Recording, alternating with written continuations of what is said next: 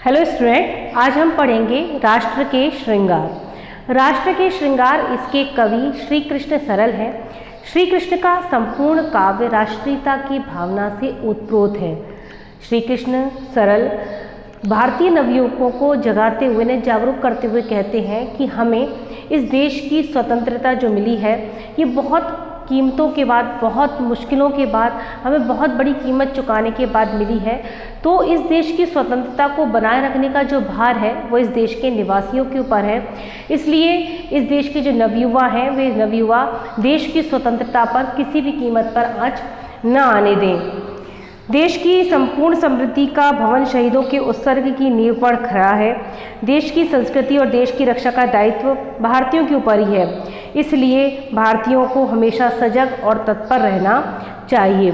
तो राष्ट्र के श्रृंगार जो कविता है, इस कविता में सरल जी भारतीय युवाओं को, भारतीयों को संबोधित करते हुए कहते हैं कि राष्ट्र के श्रृंगार ये जो संबोधन है ये नव युवाओं के लिए है, भारतीयों के लिए है। वे कहते हैं राष्ट्र को सजाने संवारने वाले हैं नव युवा, मेरे देश के सपनों को साकार करने वाले हैं भारतीयों। देश की स्वाधीनता पर आँच तुम आने न देना। ये जो देश की स्वतंत्रता है, ये जो स्वतंत्रता में मुश्किलों से मिली है, इस स्वतंत्रता पर तुम कभी भी आँच आने मत देना। जिन शहीदों के लहू से लहलहाया चमन अपना, उन वतन के लाडलों की याद मुरझाने न देना। कवि सरल कहते हैं कि जिन शहीदों के, यानी जो हमें स्वतंत्रता मिली है, ये स्वतंत्रता किसके समान है? चमन यानी बगीचे के समान है। और ये जो स्वतंत्रता हमें बहुत मुश्किलों के बाद मिली है, बहुत कठिनाई के बाद मिली है। इसके लिए कई लोगों ने अपने खून को बहाया है, कई लोग शहीद हुए हैं। तो जिन शहीदों के लहू से यानी उनके रक्त से ये जो चमन है, स्वतंत्रता रूपी चमन है, ये लहलहाया है, उन वतन के लाडलों की याद मुरझाने न देना। तो तुम देश के उन स्वतंत्र वीरों की याद को अपने हृदय से जाने मत देना। इस देश की आज़ादी के लिए जितने वीरों ने अपना रक्त बहाया है, जितने वीर शहीद हुए हैं, तो ये जो हमारा स्वतंत्रता रूपी बगीचा है, ये उन शहीदों के लहू से ही क्या किया है? लहलहाया है, यानी हरा भरा है। तो उन वतन के लाडलों की, उन शहीदों की याद को अपने हृदय में हमेशा बनाए रखना, उन शहीदों की याद को अपने हृदय से भूलने मत देना। देश की स्वाधीनता पर आँच तुम आने न देना। हे भारतीय युवाओं, तुम देश की स्वतंत्रता पर आँच आने मत देना। तुम न समझो देश की स्वाधीनता यूं ही मिली है, हर कली इस बाग की कुछ खून पीकर ही खिली है। कवि कहते हैं कि ये जो हमें स्वतंत्रता मिली है, इसे सस्ता समझने की भूल जो करते हैं वो इसे भूल करने की कोशिश न करें, क्योंकि देश की जो स्वतंत्रता है हमें बहुत बड़ी कीमत चुकाने के बाद मिली है। बहुत लड़ाई के बाद, कई वर्षों की संघर्ष के बाद, कई लोगों के रक्तपात के बाद, खून के बाद हमें ये स्वतंत्रता मिली है। तो ये जो स्वतंत्रता है इसे सस्ता समझने की भूल मत करो।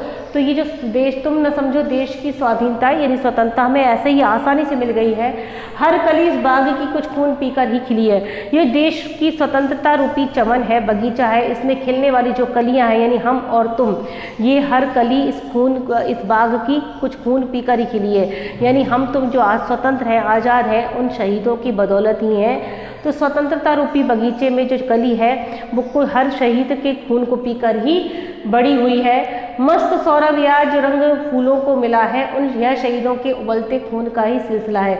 ये जो सौरभ का मतलब होता है सुगंध, ये जो सुगंध हम बगीचे को मिली है, फूलों को मिली है, ये जो रंग रूप फूलों को मिला है, ये सब किस कारण मिला है? जब शहीदों के खून में उबाल आया, उनके खून में जोश आया, तो उस जोश का ही परिणाम है कि ये मस्त सुगंध, रंग रूप हर कली को, फूल को मिला है।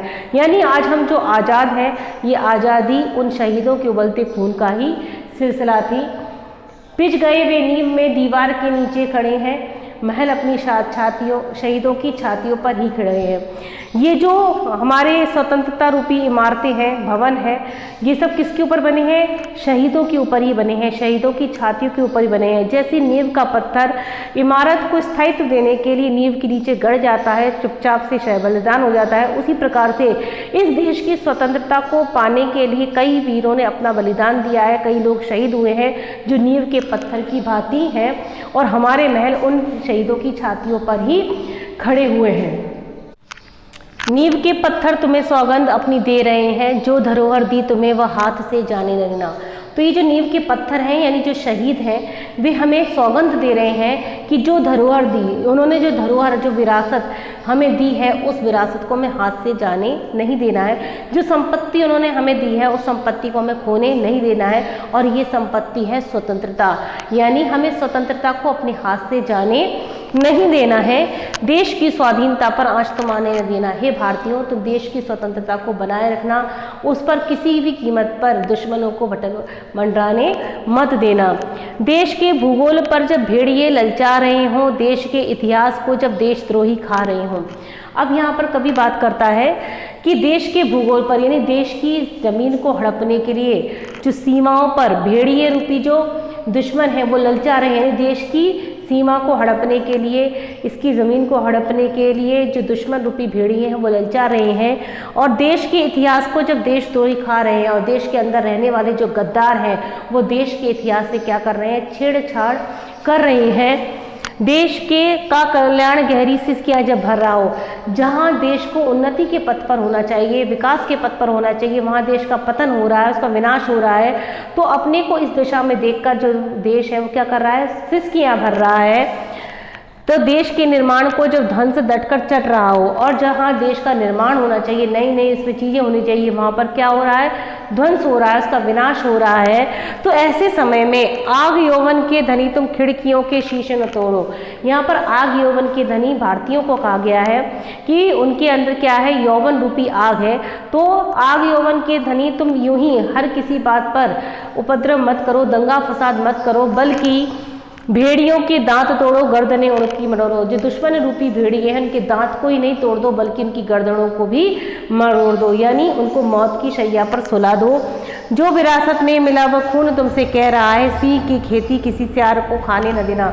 जो हमें विरासत में लहू मिला है, यानी जो शक्तिशाली लहू है, जो गौरवशाली लहू है, वो लहू हमसे कह रहा है कि देश सिंह की खेती का अर्थ यहाँ भारत से है कि भारत को कभी भी किसी सियार को यानी कि दुश्मन को खाने मत देना, यानी दुश्मन को भारत की सीमा पर हड़पने मत देना, देश की स्वाधीनता पर आंच आने मत देना। हे भारतीय युवाओं, तो देश की स्वतंत्रता पर किसी भी कीमत पर आंच आने मत देना। यहाँ श्री कृष्ण शरण ने नव युवाओं से देश की स्वतंत्रता को बनाए रखने की बात की है।